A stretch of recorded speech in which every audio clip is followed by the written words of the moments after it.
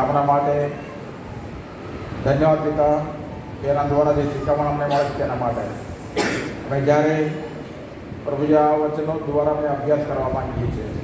પવિત્ર આત્મા અમારી સાથે વાત કરે, અમને મદદ કરે, અમને આગળ લઈ જાય. આવે પ્રત્યેક એકનો પર તારી કૃપા આવે. ધન્યવાદ પિતા તારા હાથો કહી શકે છે. પ્રભુ ઈસુના નામમાં માંગીએ છીએ. આમેન. હાલેલુયા. हालेलुया। બોલો પ્રભુ ઈસુ મસીહ की जय. પ્રભુ ઈસુના નામ બધાને પ્રેમી સલામ. આજે તમારી આગળ પ્રભુ ઈસુ પોતાનું નામ કેવી રીતે આપણા દ્વારા મહિમા કરવા માંગે છે તે વિશે આપણે શીખીશું. और आज के प्रचार के द्वारा प्रभु यीशु अपना जो नाम है तुम्हारे द्वारा कैसे बड़ा करना चाहता है वो हम सीखेंगे। દેવની ઈચ્છા છે આપણા દ્વારા પ્રભુ ઈસુનું નામના મહિમા થાય. और परमेश्वर की इच्छा है कि हमारे द्वारा प्रभु का नाम को बढ़ाया जाए। પવિત્ર આત્મા એટલા માટે આપણને આપવામાં આવ્યા છે તેનાથી આપણે સામર્થ્ય પામીએ, पवित्र आत्मा हमें इसलिए दिया गया है कि उसके द्वारा हम सामर्थ पाए તેની સાક્ષી બનીએ. और उसकी गवाही बने।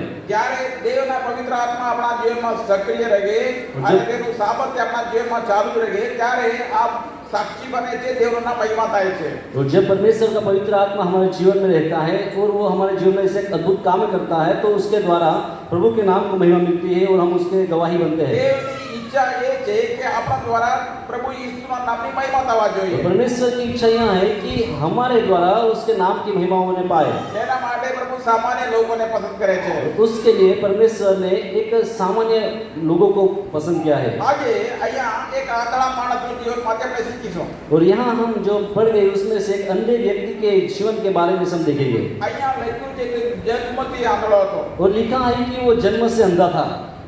આજે પણ જન્મથી જે આંધળા છે તેઓ દેખતા તેના માટે બહુ મુશ્કેલી છે.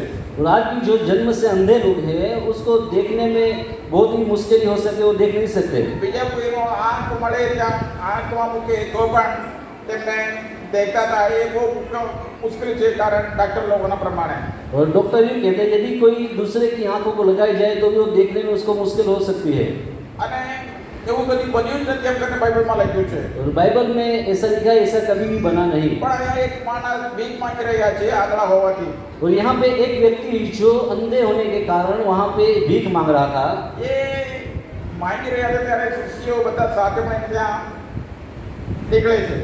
और जब वो अंधा व्यक्ति वहाँ पे भीख मांग रहा था उस समय वहाँ से शिष्य प्रभु के साथ वहाँ से निकले। ત્યારે શિષ્ય પૂછે છે આ માણસ આ રીતે જન્મ પામ્યા તે કોનું પાપ છે, તેના પાપ કે તેના મમ્મી પપ્પાનું પાપ? और तब शिष्यों ने प्रभु से कहा कि ये जो व्यक्ति जो अंधा है वो किसके पापों के द्वारा अंधा पैदा हुआ है, क्या उसके अपने या उसके माता पिता के पापों के द्वारा अंधा पैदा हुआ है? પ્રભુ એમ કહે છે તેના પાપ જ નથી, તેના મમ્મી પપ્પાનું પાપ જ નથી, પણ દેવના મહિમાથી તેના માટે જન્મ પામ્યા છે. तब प्रभु यीशु ने उन शिष्यों से कहा कि वो व्यक्ति अंधा इसलिए नहीं है कि उसके माता पिता के पापों के द्वारा या फिर उसके पापों के द्वारा, वो अंधा इसलिए है कि प्रभु की महिमा प्रकट हो इसलिए वो अंधा है। આપણા મગજમાં પણ કેટલી વાર આ વિચારો આવે છે. और हमारे दिमाग में भी कई बार ऐसे सोच आते કોઈ हैं। વધારે દુઃખી પણ દુઃખી થાય, कई बार कई लोग ज़्यादा કોઈ दुखी होते हैं, એક્સિડન્ટમાં મરી જાય, कई लोग एक्सीडेंट में मर जाते हैं। કયા બનાવ આપણે વિચાર નથી કરતા એવું બને કુટુંબની અંદર. और कई बार ऐसी घटनाएं घटती हैं जो हम सोच नहीं सकते, ऐसी घटनाएं परिवार में बनती है।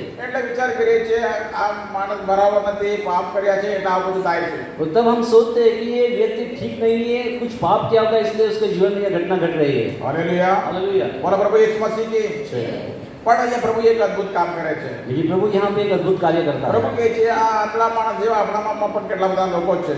और प्रभु कहता है जो अंधा व्यक्ति है उसके जैसे कई हमारे बीच में भी है। મારી પાસે આ વીકનેસ છે, વીકનેસ છે, और નબળાઈ છે. मेरे पास कुछ खामियां है। कोई मेरे जीवन में कोई ऐसा कमियां है मेरे वजह कुछ कर नहीं सकता, हूँ कुछ कर नहीं पाता हूँ, એવું કઈ વિચાર કરે છે. और वो सोचता है कि मेरे जीवन में ऐसी कमियों के कारण मैं कुछ नहीं कर सकता। કેમ તે આંધળા માણસ દેખી નહીં શકતા તે પ્રમાણે મારું અભ્યાસમાં ઓછું છે, મારા ગામનું વાતાવરણ એવું છે, મારા ઘરનું વાતાવરણ એવું છે, મને સપોર્ટ કરવાવાળા કોઈ નથી, મારા માટે કંઈ નહીં થાય એમ કરીને લોકો આજે વિચાર કરી રહ્યા છે.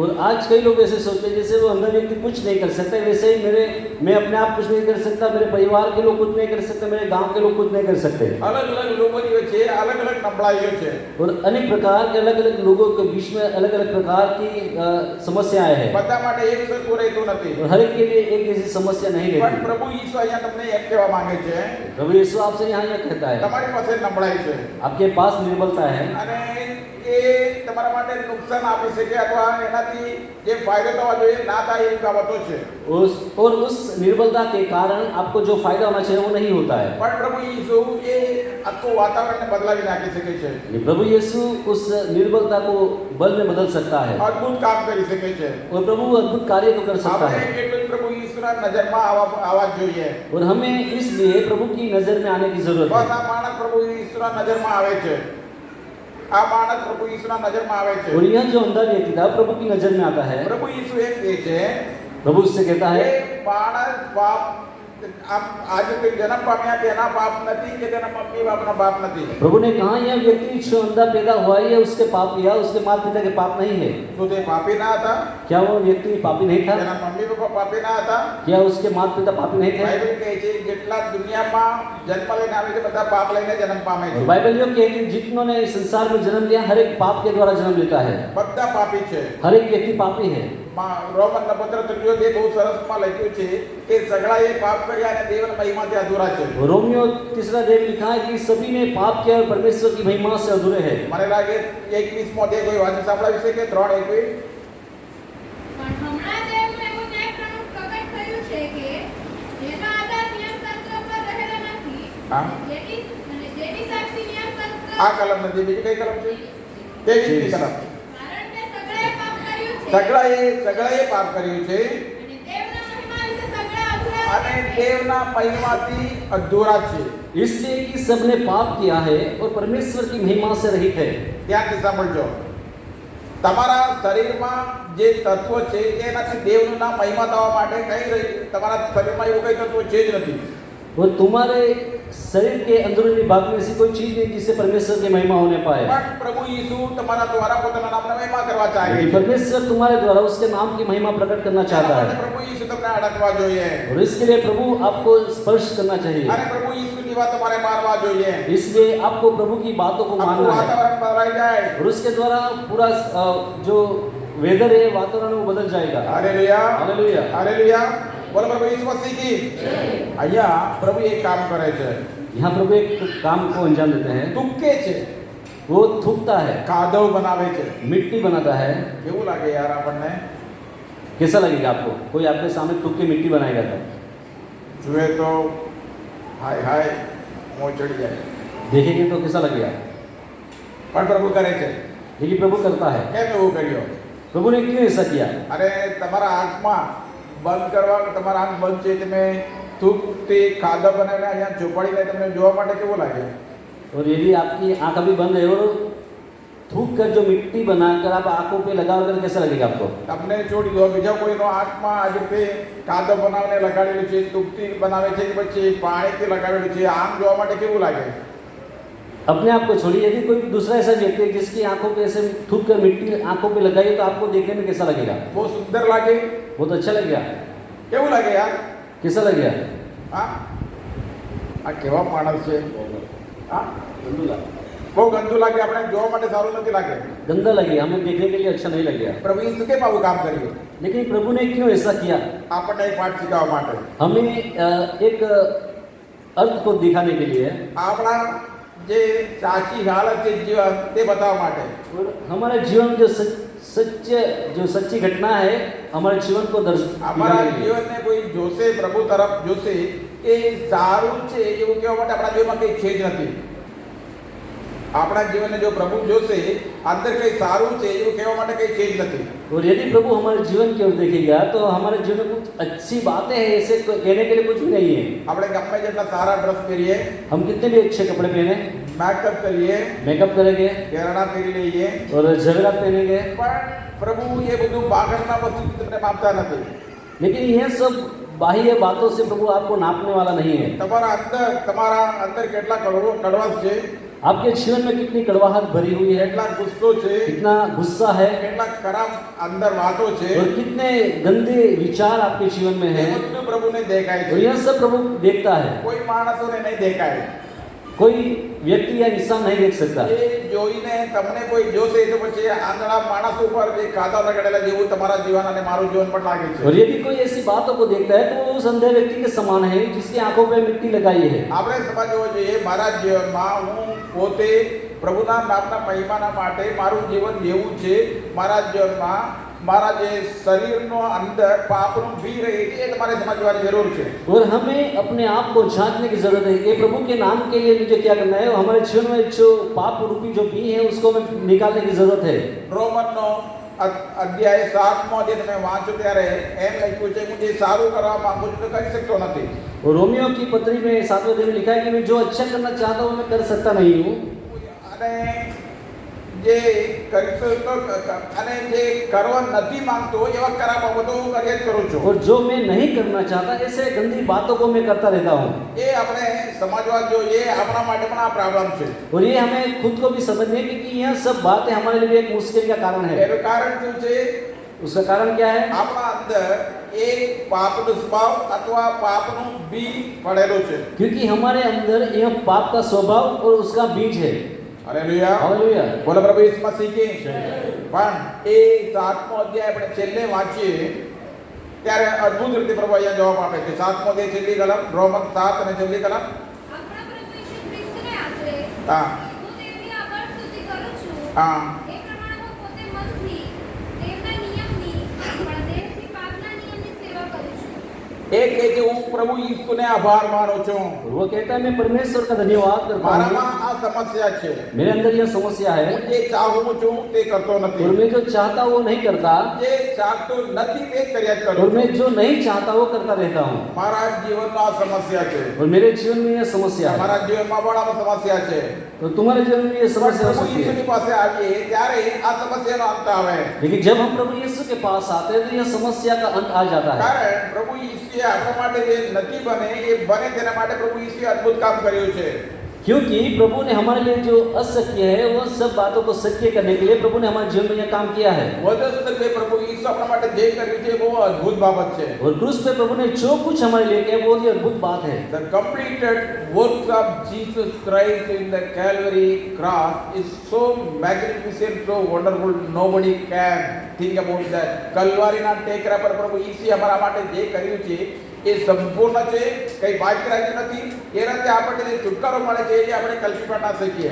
और कलवरी के क्रूस पे प्रभु ने जो भी हमारे लिए किया है वो संपूर्ण रीति से हमारे लिए बहुत ही अद्भुत बात है।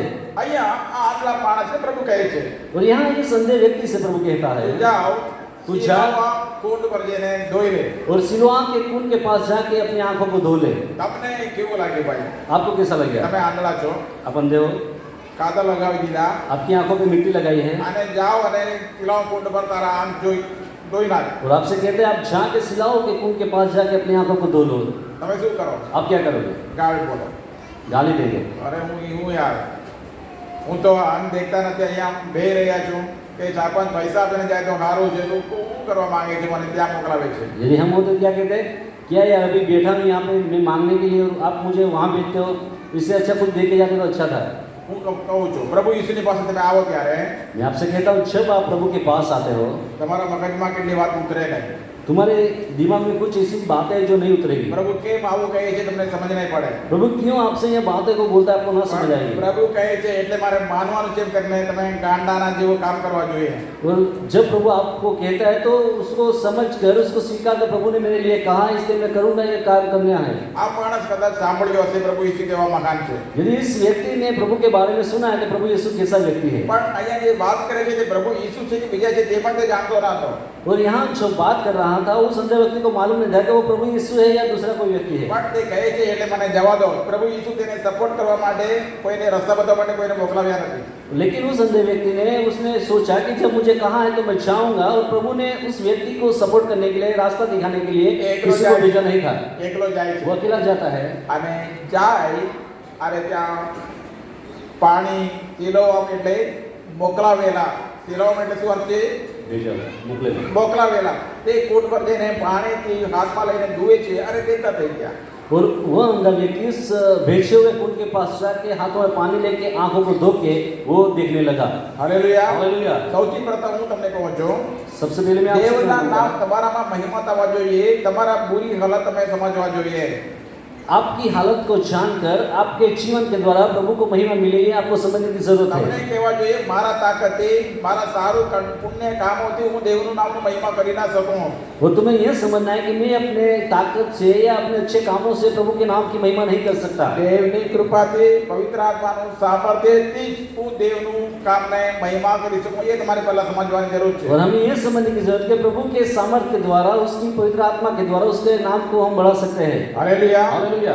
બીજી બાબત છે દેવ તમને જે કહે છે એ તમે પાલન કરવા તૈયાર રહેવા જોઈએ। दूसरी जो बात है, परमेश्वर हमसे जो कुछ भी कहता है उस बातों को पालन करने के लिए हमें तैयार रहने की કેટલી વાર जरूरत है। તમારા સમાજમાં ઉતરતું નથી, તમારા દિમાગમાં આ વાત ઉતરતું નથી और तुम्हारे दिमाग में कई बार ऐसी बातों उतरेगी नहीं। કેમ દર રવિવારે આવવા જોઈએ, કેમ દર રવિવારે જીવનમાં આવવા જોઈએ, क्यों हर संडे चर्च में आना है? કે ભગવાનને ઘરે બેસીને પણ કરી શકાય, क्यों प्रभु को तो घर पे बैठ के भी उसके ઘરે कारण कर પ્રભુ सकते તમારી हैं। સાથે રહે છે, घर में तो प्रभु मेरे साथ रहता है, કેમ આવવા જોઈએ, क्यों संडे को आना है? કેમ રવિવારે બીજું બધું કામ છોડીને આપણે આરામ કરવા જોઈએ। क्यों संडे के दिन सब कामों को छोड़ के हमें सिर्फ आराम ही करना चाहिए? બીજા એક તમારા બીજા મિત્રને જો શું પૂછો, એ કહે છે તું ગાંડો છે, એમ જ આપણને બોલે। यदि आप दूसरे अपने दोस्तों से पूछोगे तो वो तुमको पागल कहेगा। પણ પ્રભુ કહે છે એટલે હું માનો। ગાંડાઈ બોલે કે બીજા લોકો ગમે તે બોલે, પ્રભુ કહે છે એટલે મારે મારે પાલન કરવાનું છે। लेकिन आपको यह बात को पालन करने की जरूरत है। यदि प्रभु ने आपसे कहा है तो आपको इस बात की आज्ञा को पालन करने की जरूरत તમે है। વિજ્ઞાનમાં જાઓ, એક પણ કોઈ કામ આપણે કરે તેના માટે રીઝન્સ હોય છે। રીઝન એના માટે એક કારણ હોય છે। કારણ રીઝન, હા। और जो कुछ साइंस में हम देखते हैं उसके लिए कुछ एक घटना के लिए एक कारण होता है। ગણિત લો તેમાં ઉડે પણ A square plus B square equal to કોઈને ખબર છે? હા, કઈ વાત નહીં, ફોર્મ્યુલા આવે છે, ફોર્મ્યુલાની પાછળ કારણ છે, તે પ્રમાણે જ ચાલે અને આગળ પાછળ ચાલશે નહીં।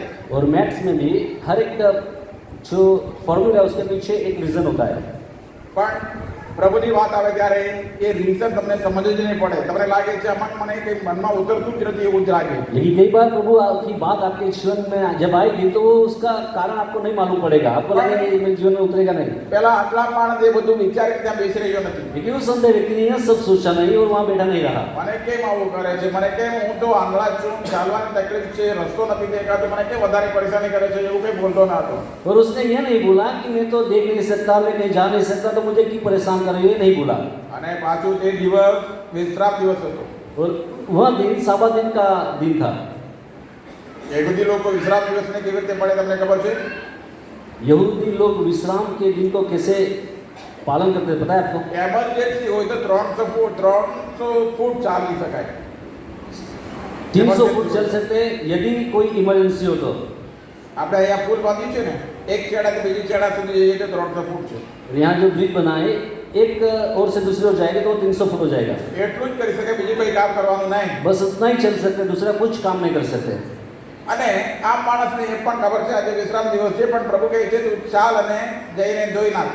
और उस व्यक्ति को मालूम था कि आज विश्राम साबा दिन है, तो फिर क्या करता है, वो उठ के जाके अपने आंखों को धोने के लिए प्रभु का बातों को मान देता है। ત્યારે પ્રભુ તમને કહે છે, સમાજના બધા લોકો દૂસરી તરફ વિચાર કરે છે, પ્રભુ તમને બીજી રીતે કહે છે, ત્યારે તમે સમાજને આજુબાજુવાળાને જો અગર પ્રભુની વાત માનીને પ્રભુની પાછળ ચાલવા જોઈએ। लेकिन जब प्रभु आपसे बातें करता है तो प्रभु की बातें और समाज की बातें दोनों अलग है, तो आपको समाज की ओर न देखते हुए प्रभु की बातों को स्वीकार करने की जरूरत है। હાલેલુયા। हालेलुया। આ માણસ ગયા, यह व्यक्ति गया આશીર્વાદ પામે છે, और वो आशीषित होता है, દેખતા થઈ ગયા। दिखने लगा। હાલેલુયા। हालेलुया। બહુ ખુશ થઈ ગયા।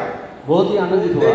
देखतो કરીને નાચવાનું, કૂદવાનું, ચાલવાનું એ ચાલુ કરી દીધો। और जब वो देखता हुआ तो नाचने और कूदने लगा। લોકો આવ્યા તેની પાસે, બહુ ભણેલા લોકો। और बहुत ही विद्वान पढ़े हुए लोग उसके पास आए हैं। એ લોકોનો બાઇબલ ફરોશી કહે છે। और बाइबल उन लोगों को फरोशी कहता है। બાઇબલના જાણકાર લોકો ફરોશીઓ અને શાસ્ત્રીઓ, और बाइबल को जानने वाले लोग जो फरोशी और शास्त्री लोग थे, એ લોકો ઉચ્ચાર કરતા થઈ ગયા, આ માણસ જન્મથી આંધળા છે કે છે અને દેખતા થઈ ગયા, આ શું થયું? वो लोग सोचने लगे कि यह व्यक्ति तो जन्म से अंधा था और वो देखने लगा वो कैसे हुआ। અને કે જરા ઘડી આવને યાદ શું થયું? और उसने उस व्यक्ति को बोला कि कहाँ इधर आओ और क्या हुआ हमें बताओ। એને એમ નથી કીધું પ્રભુ ઈસુએ એક માણસ આવીને મને એમ કીધું, મારા આંખ પર કાદવ ચોપડ્યા અને કીધું સિલાવામાં ફૂટ પર થઈને તું ધોઈ લે. એમણે એ પણ નથી જોયું, તેણે ધૂપથી કાદવ બનાવ્યો. और उस व्यक्ति ने कहा कि एक व्यक्ति ने मुझे ऐसे कहा कि अपनी आंखों को सिलवा के कुंड पे छाप के धो ले। उसने मेरे आंख पे मिट्टी लगाई તે કયા પ્રમાણે હું ગયો, और उसने जैसे कहा वैसे मैं गया, ધોયા अपनी आंखों को धोया અને દેખતા થઈ और ગયા. मैं देखता हुआ। હાલેલુયા. हालेलुया। બોલો પ્રભુ ઈસુ મસીહ की. જ્યારે આજકાલમાં કદાચ આપણે સલામત છીએ જો, आजकल हम सब लोग सलामत है આવતીકાલે જો વાતાવરણ ફેરફાર કરી શકે થઈ શકે और आने वाले कल में जो वेदर है वातावरण है बदल सकता है અને કૃષિ લોકો પર સતાવણી પણ થઈ શકે. और मसीह लोगों पे सतावनी क्लेश आ सकता है તું કેમ વિશ્વાસમાં ગયો, કેમ ચર્ચમાં ગયો? और आपके पास क्लेश आएगा। लोग पूछेंगे क्यों चर्च में गया, क्यों विश्वास बना। તારા માટે અનામતની સુવિધા નહીં મળશે, तेरे लिए अनामत की जो लाभ है वो नहीं मिलेंगे। તારા છોકરાઓ સંતાન બધાનું બધું એ થઈ જાય, મુશ્કેલી થઈ જાય. तो तुम्हारे बेटे बेटियों के लिए मुश्किल होगी। તું કેમ વિશ્વાસી બન્યો? तू क्यों मसीह बना। આપણા માટે કેટલા સારા હતા પહેલા, और हमारे लिए सब कुछ कितना अच्छा था पहले, બધું જ છોડીને તું કેમ ગયો? और सब छोड़ के क्यों तू मसीह बना। અને આજ રીતે આપણા પર ગુસ્સો કરીને પૂછવાવાળા આવી શકે છે. और इसी रीति से हम पर गुस्सा होकर पूछने वाले लोग आ सकते हैं। તમારે બીજું કંઈ કહેવાની જરૂર નથી आपको दूसरा कुछ कहने की जरूरत नहीं કે है। ભાઈ મને શું થશે ભવિષ્યમાં, મારા છોકરાઓનું પૈસા મળશે કે અનામત મળશે કે એનું મને ટેન્શન નથી. और आपको ये कहना है कि मुझे भविष्य में क्या मिलेगा, मेरे बच्चों को कोई सहायता मिलेगी, उसकी मुझे कोई टेंशन नहीं है। બસ મરવાની આણી પર હતો, મરવાની આણી પર હતો, આજે જીવું છું તેનું કારણ પ્રભુ ઈસુ છે. उससे कहना है मैं मृत्यु की कगार पे था और अछिंदा हुई यीशु मसीह की कृपा है। બધા મને છોડી દીધા હતા, પણ પ્રભુ ઈસુએ મારા હાથ પકડીને મને બચાવે, એટલે આજે હું જીવું છું. और जब सभी ने मुझे छोड़ दिया उस वक्त प्रभु ने मेरे हाथ को पकड़ के मुझे जिंदा रखा है, इसलिए मैं आज मसीह हूँ। એ સાક્ષી જ્યારે તમારા મુખમાંથી નીકળે ત્યારે પ્રભુ ઈસુના નામની મહિમા થાય છે. और जब ऐसी गवाही आपके मुख से निकलेगी तो प्रभु यीशु मसीह का नाम महिमा पाएगा। અહીંયા એક બીજી એક વાત લખ્યું છે, તેના મમ્મી પપ્પા સમાજથી બીતા હતા. और यहाँ दूसरी बात को हम जब देखते हैं कि वो जो अंदर व्यक्ति था उसके माता पिता उस समाज से डरते थे એ લોકો પ્રભુ ઈસુને મહિમા ના કરી શક્યા. और वो लोग प्रभु यीशु को महिमा नहीं दे सके। એ લોકોની પાસે આ માણસ ખરેખર આ મમ્મી પપ્પાનો છોકરો છે કે બીજા છે, મમ્મી પપ્પાને પૂછી લે એમ કરીને તેની પાસે જાય છે. और जब वो फरोसी लोगों ने उसके माता पिता को पूछने के लिए पूछा कि ये व्यक्ति वही है या दूसरा है, આ તમારો છોકરો છે, उन्होंने पूछा ये आपका बेटा है એ આંધળો હતો जो अंधा था અને હમણાં દેખતા થયા. और अब देखने लगा है। તમને ખબર છે? तुमको पता है? એ કહે છે આપણે ખબર છે અમારો છોકરો છે. और उन्होंने कहा हमें पता है ये हमारा बेटा है। આ આંધળા જન્મ પામે તે પણ અમને ખબર છે. और वो अंधा पैदा हुआ था ये भी हमें पता है। એ વ્યક્તિ દેખતા થયા મને નથી ખબર. और कैसे देखने लगे ये हमें नहीं पता। એ મોટો છે, वो बड़ा है, એને પૂછે તે બતાવશે. उसको पूछो तो आपको बताएगा। પછી લખ્યું છે એના મમ્મી પપ્પા સમાજથી બીજા તેથી હિંમતથી પ્રભુ ઈસુના નામની મહિમા ના કરી શક્યા. और बाद में लिखा है कि उसके माता पिता समाज से डरते थे इसलिए प्रभु के नाम की महिमा नहीं कर सके। હાલેલુયા. हालेलुया। જ્યારે પ્રભુ ઈસુ તમને સારું કરે છે, મોતમાંથી બચાવે છે, ત્યારે પ્રભુ ઈસુના નામ મહિમા થાય છે, તમે ખુશ થઈ જાઓ છો. और जब प्रभु आपको मृत्यु की छाया से या किसी मुसीबत से बचाते हैं तो प्रभु के नाम की महिमा प्रकट होती है। પણ ત્યાર પછી વિરુદ્ધનું વાતાવરણ આવે છે, लेकिन उसके बाद क्लेश का वातावरण, विरुद्ध का वातावरण होता है। જ્યાં સમાજની અંદર એ લોકોની અંદર એમ પેલો શું કહેવાય આજ્ઞા બહાર પાડવામાં આવ્યો, કોઈ પણ ઈસુને મસીહ તરીકે કબૂલ કરે તો તેને સમાજમાંથી બહાર કાઢી મૂકવામાં આવે. और उस वक्त वहाँ पे वो आज्ञा को दिया गया, जो हुक्म बनाया गया नया कि कोई भी यीशु मसीह को यदि मानता है तो સમાજમાંથી તેને બહાર કાઢી મૂકે. उसको समाज से बाहर निकाला जाएगा। એટલે તેઓ જ્યાં આરામના દિવસે સબ્બાત દિનને એકઠા થવા માટે જે ભજન સ્થાન છે ત્યાં જવાય નહીં. और इसलिए इस घटना के कारण जो सभा स्थान था आराधना के दिन वहाँ जा नहीं सकते थे। અને સમાજના બીજા લોકો પણ તેની સાથે વ્યવહાર નહીં કરે. और समाज के दूसरे लोग भी उनके साथ कोई भी किसी भी प्रकार का व्यवहार नहीं कर सकते थे। એના મમ્મી પપ્પા તેના લીધે બીતા હતા. और उसके माता पिता उसके लिए डरते थे। એમના માટે ચાન્સ મળ્યા, દેવનું નામ મહિમા કરવા માટે પણ તેઓ ચાન્સ કોઈ નાખ્યા. और उस व्यक्ति के माता पिता को चांस मिला कि वो प्रभु के नाम की महिमा कर सके, लेकिन उन्होंने नहीं किया। કેટલીક વાર લોકો તમને પૂછે છે, કહે છે, कई बार लोग आपसे पूछेंगे और कहेंगे, તમે કેમ પ્રભુ ઈસુની પાસે ગયા? आप क्यों प्रभु को के पास गए? તમે ત્યાં પ્રભુ ઈસુના નામની મહિમા પણ કરી શકશો અથવા કોઈ ના કરી શકશો પ્રભુ ઈસુના નામની મહિમાને આપવા વગર। तो वहाँ पे दो घटना घट सकती है, या तो आप प्रभु के नाम को महिमा दे सकते हैं, या फिर आप प्रभु के नाम को नकार सकते हैं। હિંમતથી સાક્ષી આપો।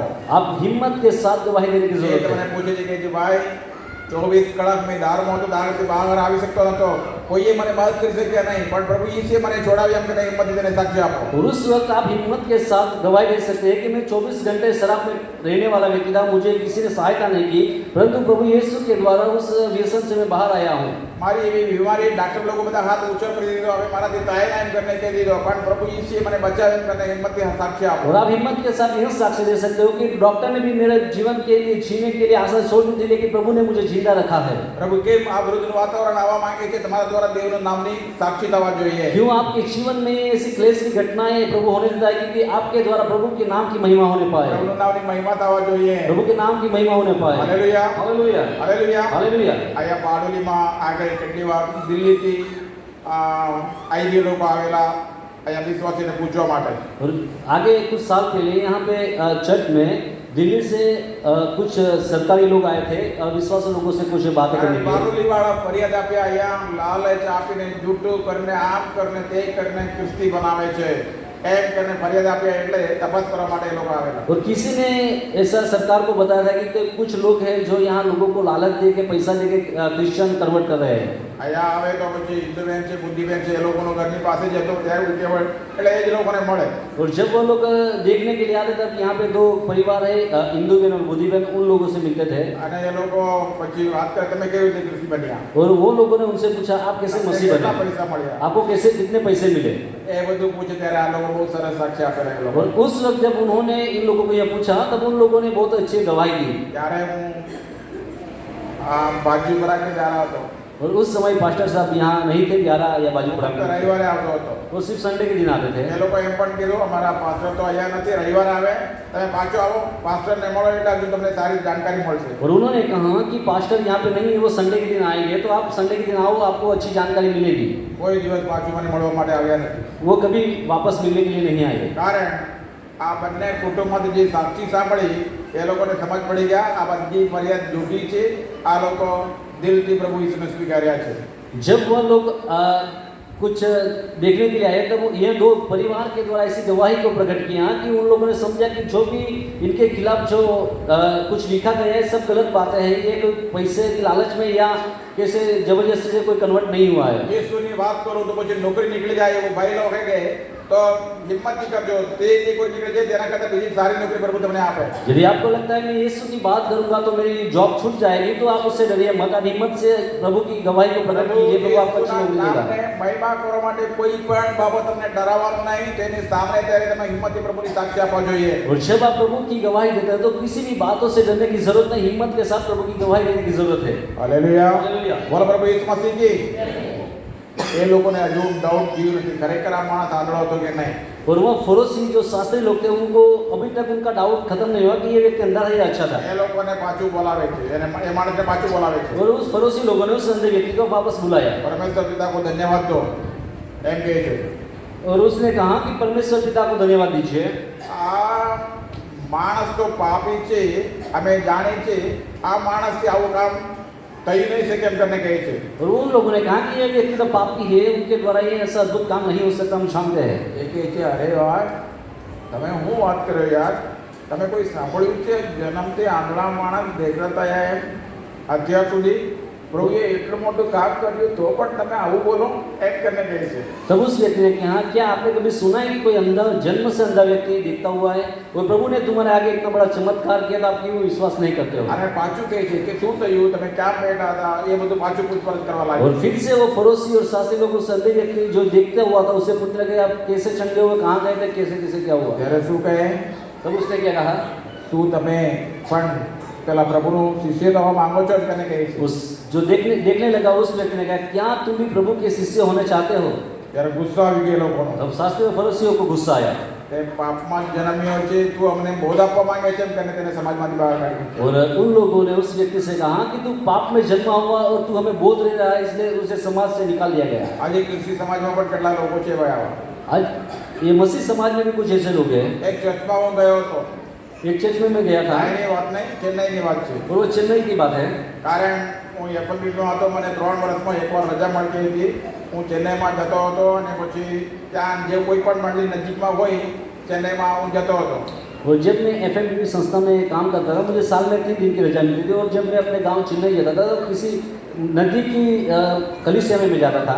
રવિવારમાં મીટિંગમાં અમે બેઠા હતા, और संडे के सभा के दिन में बैठे हुए थे સંદેશ પૂરું થઈ ગયું, और चर्च का जो प्रचार खत्म हुआ પછી પ્રભુ ભોજન આપવા લાગ્યા. और बाद में प्रभु भोजन देने એને के આગળ लगे. એક જાહેરાત કરેલી और उसके आगे एक जाहिरात की गई જે પાણીમાં ડૂબકી મારીને બપતિસ્મા લીધું ના હોત, और जिन्होंने पानी में डूबकर बपतिस्मा नहीं लिया है, પવિત્ર આત્માનું સામર્થ્ય અન્ય ભાષા ના બોલ્યો હોત, यदि पवित्र आत्मा के सामर्थ्य के द्वारा अन्य भाषा न बोले हो તો પ્રભુ ભોજનનો ભાગ નહીં લેવા જોઈએ. तो वह प्रभु भोजन में भाग नहीं ले सकता. અમે મારી સાથે બીજા એક સેવક પણ હતા. और मेरे साथ एक दूसरा पास्टर भी था. અમને પ્રભુ ઉપયોગ કરે છે, અમે જાણીએ છીએ દેવના પવિત્ર આત્મા અમારી પાસે છે, પણ એ લોકોના પ્રમાણે અમારી પાસે પવિત્ર આત્મા નથી. और हम जानते थे कि प्रभु हमें उपयोग करता है, उनके द्वारा कुछ कामों को करता है, उसके कामों के लिए हमें उपयोग करता है, लेकिन उनके सोच के द्वारा हमारे पास पवित्र आत्मा नहीं है.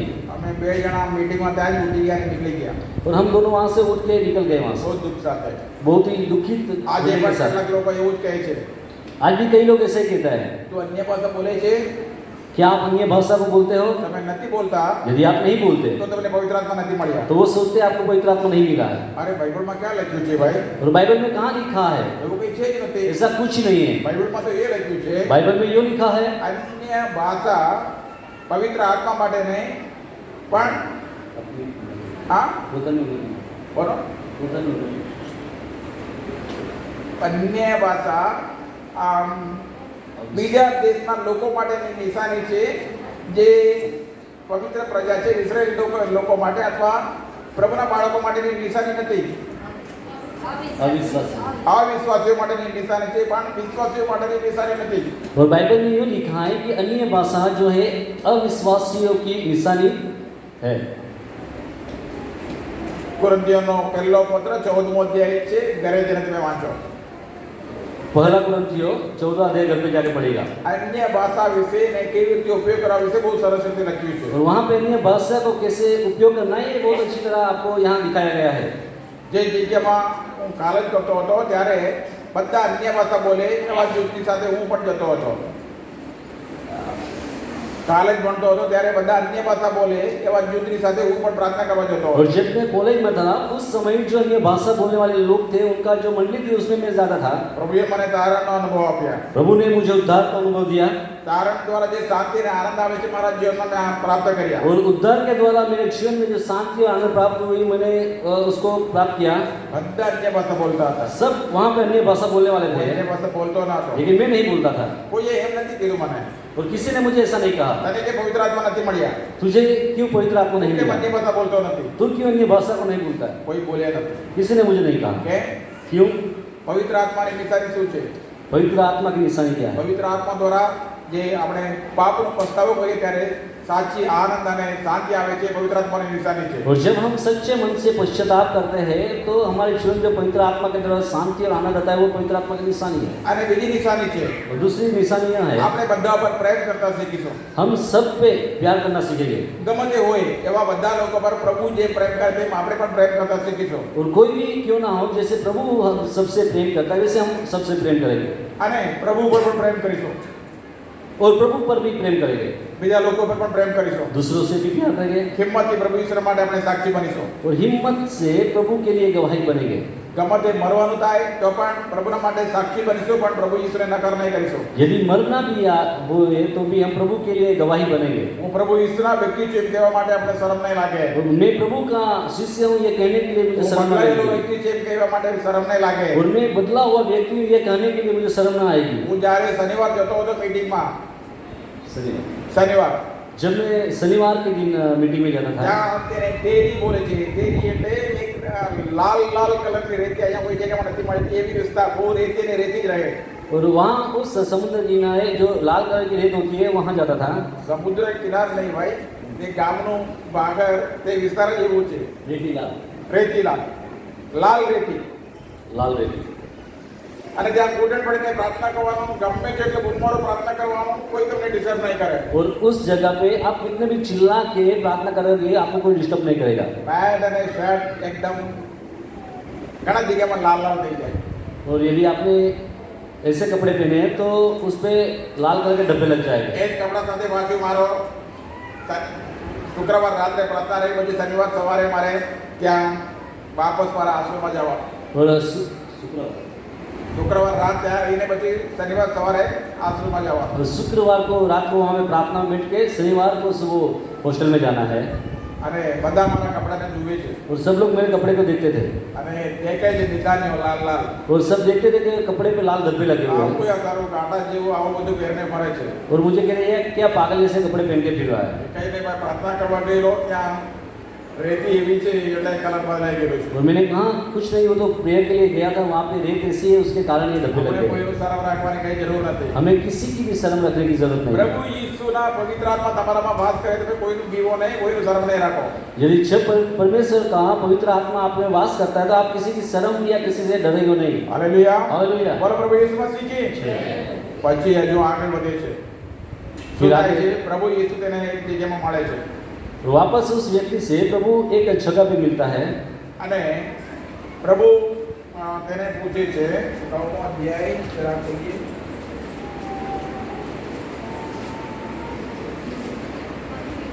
હા 35 વાંચો. હા 35. તેઓ તેને કાઢી મૂક્યો છે હા એવું ઈશ્વરે સાંભળ્યું ત્યારે હા તેણે તેને શોધી કાઢીને પૂછ્યું કે શું તું દેવના પુત્ર પર વિશ્વાસ કરે છે? હાલેલુયા. हालेलुया. જ્યારે આ માણસને કાઢી મૂક્યા એ જ સાંભળીને પાછું એ છોકરાને કે આંગળા માણસને મળવા કોણ જાય છે? પ્રભુ ઈસુ જાય છે. और जब उस व्यक्ति को बाहर निकाल दिया है यह सुन के प्रभु यीशु उस अंधे व्यक्ति जो देखने लगा था उससे मिलने जाता है. જ્યારે પ્રભુ ઈસુના લીધે તમને દુઃખ આપે છે અથવા સતાવણી થાય છે ત્યાં કાં પ્રભુ ઈસુ તમને મદદ કરવા માટે આવી જાય છે. और जब प्रभु यीशु के कारण कोई आप पे सतावनी करते, आपको क्लेश, आपको दुख देते तो प्रभु आपसे मिलने के लिए आता है. તમારે રડવાનું હોય તો રડી લો, કઈ વાંધો નહીં. आपको रोना आता तो रो लीजिए. પણ યાદ રાખો પ્રભુ ઈસુ તમારા નજીકમાં છે, તમને સપોર્ટ કરે છે, તમને અદ્ભુત રીતે તમારા દ્વારા પોતાના નામ મહિમા કરશે. लेकिन आपको याद रखना है कि प्रभु आपके पास से आपको सपोर्ट करने के लिए आपके साथ खड़ा है. દેવનું વચન કહે છે प्रभु का वचन यूँ कहता है, જે તારા તને અડકે છે जो तुझे छूता है એ મારા આંખના કીકીને અડકે છે. वो मेरी आँख की पुतली को छूता है. જે તને અડકે છે એ મારા આંખના કીકીને અડકે છે. जो तुझे छूता है वो मेरी आंखों की पुतली को छूता है. એટલે હિંમત રાખો, इसलिए हिम्मत रखिए. પ્રભુ તમારી સાથે છે, प्रभु आपके साथ है. તમને મદદ કરવા આવે છે, प्रभु आपको इस सहायता के लिए आता અદ્ભુત है રીતે તમને જોડાવશે. और अद्भुत रीति से आपको वहां से छुड़ाएगा. અને કહે છે આંધળા માણસ કહે છે એ કોણ છે હજુ મને ખબર નથી એમ કરીને કહે છે. और तब वो अंधा व्यक्ति कहता है ये कौन है मुझे मालूम नहीं है. ત્યારે પ્રભુ ઈસુ કહે છે જે તેની સાથે તારી સાથે વાત કરે છે તે જ છે એમ કરીને કહે છે. और तब प्रभु ने कहा जो तेरे साथ बात कर रहा है वो मैं हूँ. ત્યારે લખ્યું છે તે પ્રભુ ઈસુના પગે લાગે છે તેનું ભજન કરે છે. और तब लिखा है कि वो व्यक्ति प्रभु के पैरों पे गिर कर उसकी भजन करने लगा. ભજન એટલે આપણે પ્રભુની સ્તુતિ અને આરાધના કરવાનું એ જ બાબત છે. और भजन का मतलब है प्रभु की स्तुति और उसकी आराधना करना. બાળકો હું તમને કહું છું પહેલાથી કીધું ફક્ત રવિવારે જ નહીં, તમારા રોજ પ્રભુની સ્તુતિ અને આરાધના થવા જોઈએ. ये मैं आपसे कहता हूँ आपको सिर्फ संडे के दिन नहीं लेकिन हर रोज प्रभु की स्तुति और आराधना करने की जरूरत है. તમારા સમયમાં તમે સારા સમય લો. और तुम समय निकाल के अच्छा समय प्रभु के साथ निकालिए. તમે સારી રીતે સમય લઈને પ્રભુની સ્તુતિ કરતા ધન્યવાદ કરતા ગીતો ગાવો. और ज्यादा समय निकाल के प्रभु की स्तुति आराधना करते हुए गानों को गाए. અને ગીતો કરીને પ્રભુની ધન્યવાદ કરો કેટલી વાર. और कई ऐसे गानों के द्वारा प्रभु का धन्यवाद करो. ત્યારે એક અદ્ભુત કામ તમારા જીવનમાં થશે. तब एक अद्भुत कार्य आपके जीवन में घटेगा. પ્રભુના પવિત્ર આત્મા તમને પ્રાર્થનામાં આગળ લઈ જવા માટે મદદ કરશે. तब प्रभु का पवित्र आत्मा आपको प्रार्थना में आगे ले जाने के लिए मदद करेगा. તમે પ્રાર્થનામાં જાઓ ત્યારે રડવાનું ચાલુ નહીં રાખો. जब आप प्रार्थना में जाते हैं आप रोना शुरू नहीं कीजिएगा. પ્રભુની સ્તુતિ અને ધન્યવાદ કરતા શીખો. सिर्फ उसकी स्तुति और उसका धन्यवाद करना ગીતો सीखेगा. દ્વારા પ્રભુને ધન્યવાદ કરો. गीतों के द्वारा प्रभु का धन्यवाद તમારા कीजिए. મુખના શબ્દ દ્વારા પ્રભુને ધન્યવાદ કરો. अपने मुखों के शब्द के द्वारा प्रभु का धन्यवाद कीजिए. प्रभु की आराधना ત્યારે कीजिए. પવિત્ર આત્મા તમારા પર ઉતરી આવશે. तब पवित्र आत्मा आपके अंदर आएगा, તમને હજુ આગળ પ્રાર્થનામાં કઈ કઈ બાબત માટે પ્રાર્થના કરવા માટે તમને અગુવાઈ કરશે तब आपको कौन सी बातों में प्रार्थना करनी है, प्रभु का पवित्र आत्मा आपको अगुवाई करेगा। અને બાઇબલમાં લખ્યું છે આપણે પોતે જેમ પ્રાર્થના કરવાનું આપણે આવડતું નથી એટલે પવિત્ર આત્મા નિસર્ગ સાથે આપણા માટે પ્રાર્થના કરે છે। और बाइबल ये कहती है कि हमें कैसी प्रार्थना करें, अब जब हमें नहीं आता तो पवित्र आत्मा हमारी सहायता करता है।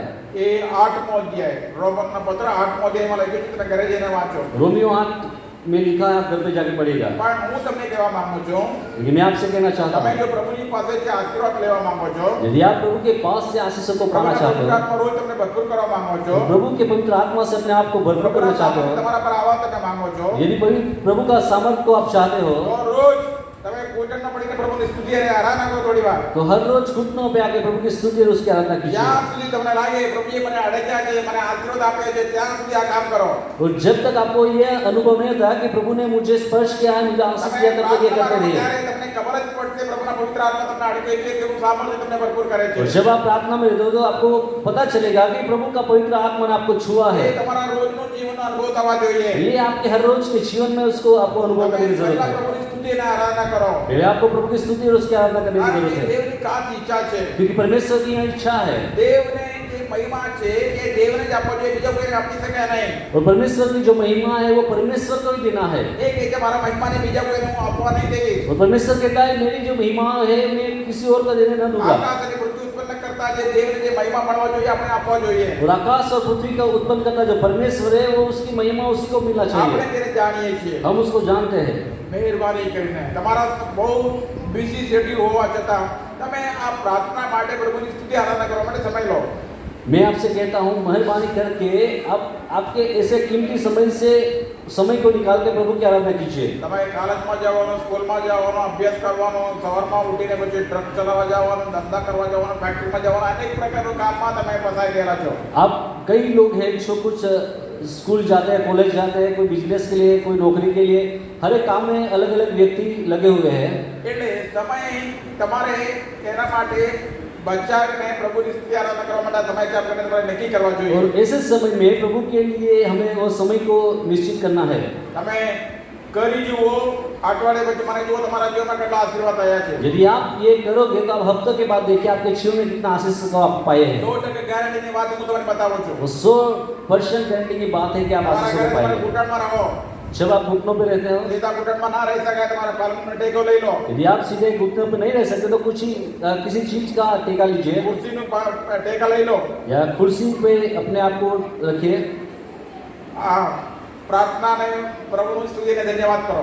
और प्रार्थना के द्वारा प्रभु की स्तुति और उसका धन्यवाद હાથ कीजिए। ઊંચા કરો, પ્રભુની ધન્યવાદ કરો, સ્તુતિ કરો। अपने हाथों को उठा कर प्रभु की स्तुति और उसकी પ્રભુએ आराधना તમારા कीजिए। જીવનમાં જે કંઈ કૃત્ય કર્યું એક વાર યાદ કરો। और प्रभु ने आपके जीवन में जो कुछ किया है उसको याद कीजिए। પ્રભુ કેવો મહાન થયો છે તેને યાદ કરીને તેના વચનો કે નહીં કે એને પ્રભુનો આભાર માનો, ધન્યવાદ और કરો। प्रभु के साथ महान परमेश्वर है उसके वचनों को याद करके उसका धन्यवाद તમે कीजिए। આ જે સ્તુતિ ધન્યવાદ કરતા રહો કે તમારા કુટુંબની અંદર દેવના પવિત્ર આત્મા ઉતરી આવે છે। और जब इसी रीति से आप प्रभु की स्तुति आराधना करते हो तो प्रभु તમારા की पवित्र કુટુંબની आत्मा અંદર દેવની आपके સાથે परिवार में આશીર્વાદ उतरे। ઉતરી આવે છે।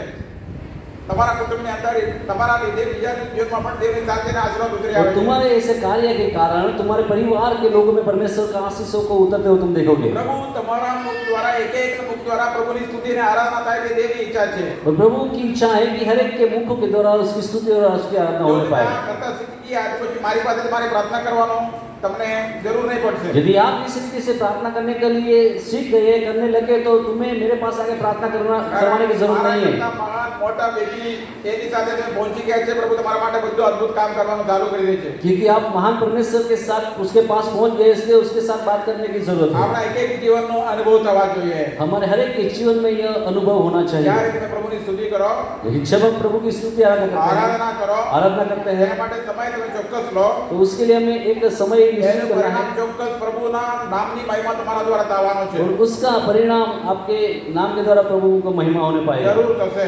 और जरूर होगा। આ કળા માણસ દ્વારા બધું થયું। और ये अंधे व्यक्ति के द्वारा सब हुआ। પ્રભુના નામની મહિમા થવા માટે પહેલા તમારા હાલતને તમારે સ્વીકારવા જોઈએ। और प्रभु के नाम की महिमा के लिए अपने आप को, अपनी जो हालत है उसको स्वीकारने की जरूरत है। મારી હાલત એવી છે મારાથી સારું કામ કંઈ કરી શકતા નથી यदि आप सोचते हो मेरी हालत ऐसी है, मैं अच्छा काम नहीं कर सकता, પણ મારા પ્રભુના દ્વારા હું કરી શકું लेकिन प्रभु के द्वारा मैं सब कर એટલા सकता માટે મારા પ્રભુની વાત મારે માનવા हूं। જોઈએ और इसलिए मुझे प्रभु की बातों को मानने की जरूरत है। તમારા સાચી હાલત તમે સમજો અને પ્રભુની વાત માનવા તૈયાર રહો તેના દ્વારા પ્રભુનું નામની મહિમા થવાનું કામ શરૂ થાય છે और जब आप अपनी हालत को जानकर उसकी बात को मानते हैं तो प्रभु का काम होने लगता है आपके जीवन ચમત્કારો में। તમારા જીવનમાં થાય છે और चमत्कार आपके जीवन में होने लगते हैं, બીજાઓના જીવનમાં થાય છે दूसरों के जीवन में चमत्कार होता તમારા है। જીવનમાં એના માટે વિરુદ્ધનું વાતાવરણ ઊભું થાય છે आपके जीवन में उसके कारण कुछ ऐसे विरोध का वातावरण खड़ा होगा, તો પણ તમે હિંમત રાખો જે જીવન માટે સાક્ષી આપો છો तो भी आप यदि हिम्मत रख के परमेश्वर के लिए गवाही बनते हो તેના દ્વારા પણ દેવનું નામની મહિમા થાય છે तो उसके द्वारा भी प्रभु के नाम की महिमा होती અને है। રોજ તમારી પ્રભુની સાથે મુલાકાત થાય છે और हर रोज तुम्हारी प्रभु के साथ जो संगति होती है, જેમ આંધળા માણસની સાથે પ્રભુની ઈશ્વરની મુલાકાત થઈ ત્યારે બચવા લાગ્યા તે પ્રભુનું રોજ તમારી મુલાકાત આવવાની જરૂર છે जैसे ही उस अंदर व्यक्ति के साथ प्रभु की मुलाकात हुई और प्रभु को स्तुति आराधना करने लगा, वैसे आपको करना તમારા है। મુખ દ્વારા પ્રભુની સ્તુતિ અને આરાધના પ્રશંસા તાજ તે પ્રાર્થનાની જરૂર છે और तुम्हारे मुख के द्वारा प्रभु की स्तुति, उसकी प्रशंसा, उसकी आराधना ये जरूरी है। ત્યારે તમારા દ્વારા પ્રભુના પરાક્રમી કામ થશે तब तुम्हारे द्वारा प्रभु के उस पराक्रम का તમારા काम કુટુંબમાં होने થશે पाएगा। તમારા કુટુંબમાં થશે आपके परिवार में होगा, તમારા સગાવાળાના જીવનમાં થશે आपके संबंधी लोगों में होगा, તમારા ફળિયામાં થશે आपके मोहल्ले में होगा, લોકો તમને જોઈને આવશે મારા માટે પ્રાર્થના કરો और लोग तुम्हें देख के कहेंगे मेरे लिए प्रार्थना करो, કારણ પ્રભુનું સામર્થ્ય તમારી પાસે રહે છે क्योंकि प्रभु का सामर्थ तुम्हारे पास रहता है। એના માટે રોજ પ્રભુને મળવાની જરૂર છે और उसके लिए आपको हर रोज प्रभु से मिलने की जरूरत है। કોઈને દોષિત ના ठहराવો किसी को भी दोषी न આ ठहराए। ફરોશીઓ અને શાસ્ત્રીઓ દોષિત ठहराવ્યા जो फरोशी और शास्त्रियों ने उस व्यक्ति को दोषी પાપમાં ठहराया જન્મેલો કરને પહેલા માણસને કાઢી મૂક્યા और उस व्यक्ति को कहा तू पाप में जन्मा, इसलिए यहाँ से निकाल दिया અને उसको। અન્ય ભાષા બોલવાળા આપણે દોષિત ठहरावे પણ આપણે કોઈને દોષિત ના ठहराવો यदि अन्य भाषा बोलने वाले आपको दोषी ठहराए तो आप उसे दोषी न ठहराइए। કઈ નહીં તેમનું સમજ કેટલું છે આપણે તમને છોડી દેવાનો हमें यह समझने, बस उनकी समझ से जितनी है समझ के छोड़ देना है। પ્રભુની પાછળ પૂરા મનથી આપણે ચાલવાનો प्रभु के पीछे पूरे मन से हमें चलना है, પૂરા દિલથી પ્રભુને માનવાનો पूरे हृदय से प्रभु को मानना મારા है। માટે કાર્ય કરે એના પર વિશ્વાસ કરવાનો और प्रभु मेरे लिए कार्य करेंगे, इन बातों पे हमें પ્રભુ विश्वास મારા करना પર है। પ્રેમ કરે તે વાત પર વિશ્વાસ કરવાનો प्रभु मुझसे प्यार करता है, इस बात पे हमें विश्वास પ્રભુ करने મને की जरूरत है। આત્મામાં રહેવા નહીં દેશે એ વાત પર વિશ્વાસ કરવાનો और प्रभु मुझे लज्जित न होने देगा, इस बात पे हमें विश्वास करने की કારણ जरूरत પ્રભુ है, મારા પર પ્રેમ કરે છે क्योंकि प्रभु मुझसे प्रेम करता है। Hallelujah hallelujah. બોલો પ્રભુ ઈસુ મસીહજી છે। આવો આપણે પ્રાર્થનામાં જોડાઈએ आइए हम प्रार्थना करेंगे।